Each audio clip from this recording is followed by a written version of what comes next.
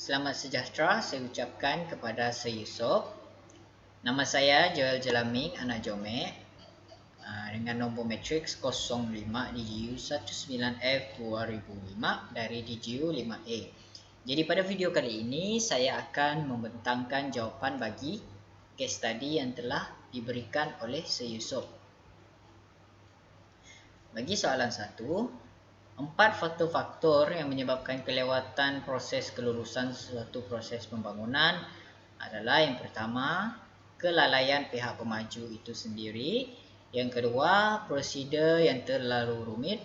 Yang ketiga, wujud birokrasi dalam pengurusan pihak swasta atau pemaju perumahan. Yang keempat adalah risiko dalam perancangan dan pasaran pembangunan.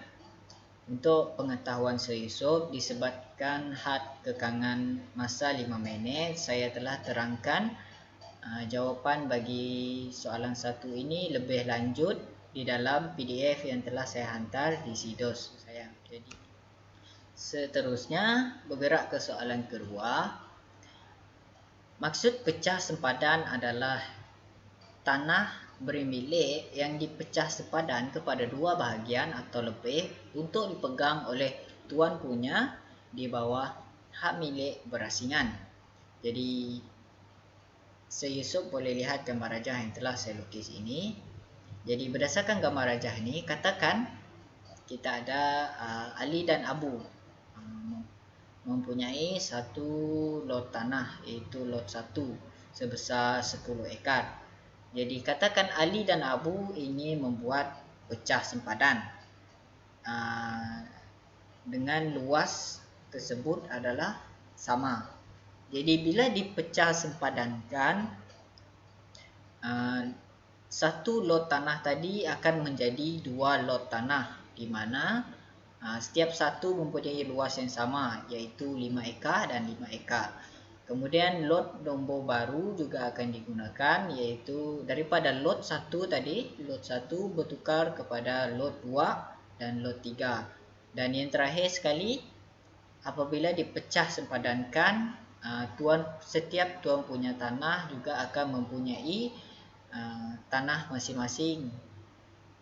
Contohnya macam dalam gambar rajah ni, pada asalnya Ali dan Abu kongsi satu lot tanah, itu lot 1, tapi bila dipecah sempadankan, hanya Ali yang menjadi tuan punya tanah bagi lot 2 yang sebesar 5 ekar, dan hanya Abu yang menjadi tuan punya tanah bagi lot 3 yang sebesar 5 ekar. Jadi pihak yang diberi kuasa untuk meluluskan pecah sempadan ialah, yang pertama adalah pengarah negeri bagi tanah hak milik pejabat pendaftaran, dan yang kedua adalah pentadbir tanah bagi tanah hak milik pejabat tanah. Seterusnya, definisi bagi serah balik kurnia semula atau SBKS ialah pemulangan semula tanah sama ada keseluruhan atau hak milik sementara oleh tuan punya tanah bermilik kepada pihak berkuasa negeri, juga dikenali PBN, untuk sesuatu tujuan tertentu yang mana tanah ini kemudiannya akan dikembalikan semula oleh PBN kepada tuan punya tanah berkenaan. Contohnya dalam gambar rajah yang saya telah lukis ini, contoh ada satu skim tanah, dan dekat tanah tu ada lot 1, lot 2, lot 3 dan 4. Dan macam yang kita tengok, sempadan bagi setiap lot adalah tidak tersusun dan teratur. Jadi katakan tuan punya tanah lot 1, lot 2, lot 3 dan lot 4 ni ingin menyusun semula tanah mereka supaya nampak tersusun.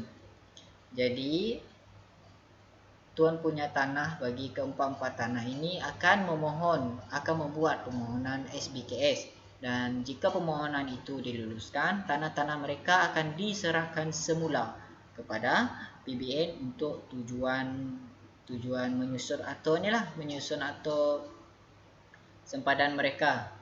Jadi bila mereka serah balik kepada PBN, selepas PBN meluluskan pelan susun atur, PBN akan kurniakan semula tanah yang diserahkan semula tadi kepada tuan punya tanah masing-masing.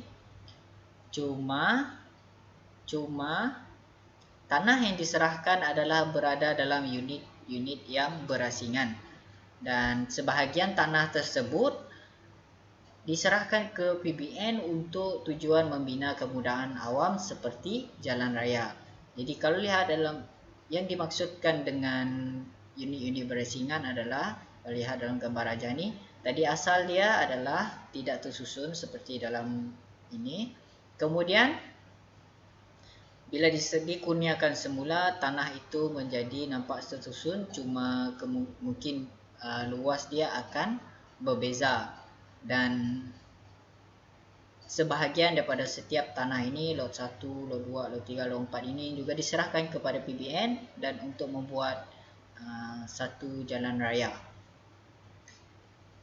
Jadi itulah yang didefinisikan sebagai SPKS. Pihak yang diberi kuasa untuk meluluskan SPKS ialah PBN sendiri. Baiklah, itu sahaja daripada pembentangan saya untuk video kali ini.